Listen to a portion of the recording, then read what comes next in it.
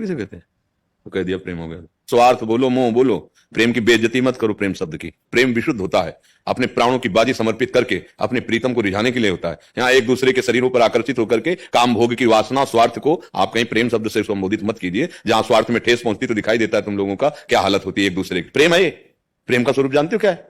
तभी मना करते हैं कि जो नई अवस्था के बच्चे हो, अभी पानी का संस्कार हुआ, अपने जीवन का नाश कर रहे हो, इसके बाद समझते हो हम प्रेम कर रहे हैं, ये हमारा कर्तव्य है। ये तुम्हारा कर्तव्य है। इस समय व्यायाम करके या अपने धर्मानुष्ठान के द्वारा अपने ब्रह्मचर्य को ठीक करते हुए, इंद्रियों को सद्मार्ग में विद्या अध्ययन के द्वारा विनय आदि सद्गुण प्राप्त करते हुए, राष्ट्र सेवा या भक्ति भावना या अपने माता पिता की सेवा, उत्तम कार्यों के द्वारा धर्म को, इसमें बुद्धि लगानी चाहिए, इसमें लगानी चाहिए।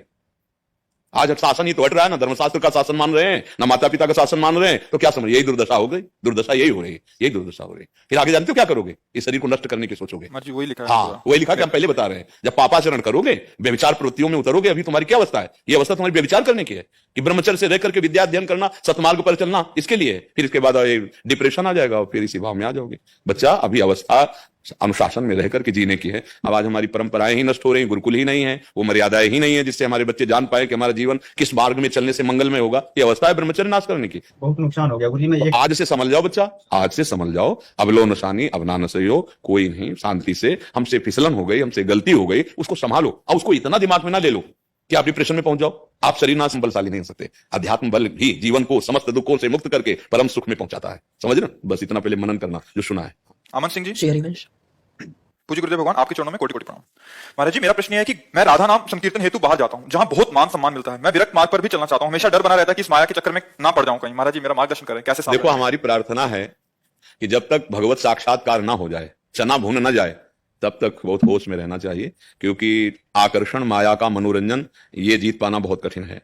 अगर हमें समाज में सम्मान मिलने लगा, प्रियता बढ़ने लगी, तो उसके सहने की सामर्थ्य चाहिए ना। सम्मानम कल्याति घोर गरलम नीचापमानम सुधा, श्री राधा मुरली धरो भज सके वृंदावन मात्यज। भेंट मिलने लगती है, प्रणाम नमस्कार मिलने लगता है, देहाभिमान नष्ट नहीं हुआ, उपदेशक बन गए, जो उपदेश दे रहे हैं उसका स्वाद नहीं चखा, मामला गड़बड़ हो जाता है। मुझे लगता है कि अभी जब तक स्वयं भगवत साक्षात्कार ना हो, तब तक यहां कीर्तन करो, इस देश को पावन करो और सबके चरणों में झुको, सब में भगवत भाव रखो। फिर एक आवेश आता है, भगवत आवेश, वो जो कराना चाहेगा वो करवा देगा। जब वो आता है तो बिस्तरे सब जग विमल कीरति, साधु संगति ना टरे, बास वृंदा विपिन पावे, श्री राधिका जो कृपा करे। कुछ नहीं, अपने सहायकों के साथ माया कोई भी प्रभाव नहीं दिखा सकती उसके हृदय में, जिससे भगवत कृपा का आवेश प्रकट हो जाता है। अभी बच्चे हो, अभी परमार्थ का से ज्ञान तक यात्रा नहीं हुई है, बहुत सावधान। फिर आगे आप देख लीजिएगा, खुद देख लीजिएगा, डायरी में लिख लीजिएगा कि एक ही परिणाम होता है, भ्रष्ट हो जाना। लिख लीजिएगा, यह अनुभव बड़े बड़े संतों के वचनों के अनुसार कह रहे हैं। जब तक सब में भगवत भाव ना आ जाए, जब तक हमारे अंदर काम क्रोध लोभ मोह मद मत्सर का वेग आ रहा है, तब तक होश में पहले अपनी लड़ाई जीतो। अगर अंदर सौरभ प्रकट हो गया तो खुशबू में अपने और कोई नहीं।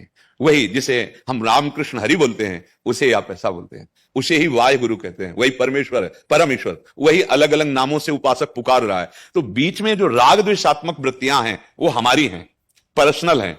जैसे बिजली दो तार में चलती है, ऐसे ये राग और द्वेष, अनुकूलता और प्रतिकूलता, मान और अपमान, अपना और पराया, इसी पे माया मन को विचरण कराती है। अगर इन कनेक्शनों को काट दे, फिर आप देख लो तो आप जीवन मुक्त महापुरुष हो जाओगे।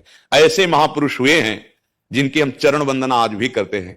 कहीं भी हो, किसी भी जगह हो, जब ऊंचाई पर पहुंचते हैं तो सब एक ही नजर आता है, और जब तक बहुत नीची धरा में रहते हैं तो ऊंचा और नीचा समझ में आता है, अपना और पराया समझ में आता है। पहले तो हम मन से आपको प्रणाम करते हैं कि आपने वास्तविक धर्म के स्वरूप को समझा और आप यहां तक कृपा करके आए। हाँ, आपका धन्यवाद है। और आप जैसे विस्तार हृदय वाले, विशाल हृदय वाले यदि आशीष देंगे तो इस जीवन में सामर्थ्य बनी रहेगी कि जो गुरु प्रताप से मिला है वो वाणी सबको सुनने को मिलेगी। ये तो मरा हुआ शरीर है, किडनी फेल है, लेकिन आप सब संतों की और आप सबकी भागवतिक शक्ति कि ये जीवित रहे, बोलते रहे, इसीलिए जीवित हम बोल रहे हैं। आपका सबका हास्य मुझे बहुत अच्छा लगा। मुझे इसलिए बहुत अच्छा लगा कि ये जो छोटी छोटी बेड़े बना करके हम राग द्वेषात्मक वृत्तियां धारण करते हैं, ये कभी धर्म नहीं हो सकता।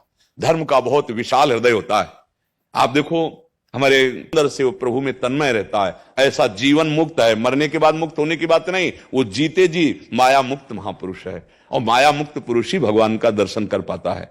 अभी हमारे माया के नेत्र हैं, हमें स्त्री दिखाई देता, पुरुष दिखाई देता, अच्छा दिखाई देता है, बुरा दिखाई देता है। और जिस दिन हमारे नेत्र पवित्र हो गए तो केवल भगवान ही भगवान। जैसे गोपीजन देख रहे ना, जित देखूं तित श्याममयी है। उद्धव जी से कहती, मैं जिधर देखती हूं उधर मुझे श्याम सुंदर दिखाई देता है। तुम किस श्याम सुंदर की बात करने आए हो? श्याम सुंदर यहां बाहर हो गया। अब आप क्या करोगे? जलोगे? गर्भपात करवा दोगे, उसको नष्ट कर दोगे, नरक मिलेगा। अगर ऐसे अपराध बन गए तो नरक मिलेगा। बिल्कुल ऐसे रहो। अर्जुन जी कह रहे मैं युद्ध नहीं करूंगा, भगवान कह रहे करो। बिल्कुल ऐसे रहो, जैसे आदेश मिले, जैसा विधान बनता चला जाए उसे देखते जाओ, उनका विधान मानकर सुखी रहो, अंदर अंदर सुमिरन करते रहो। ठीक है।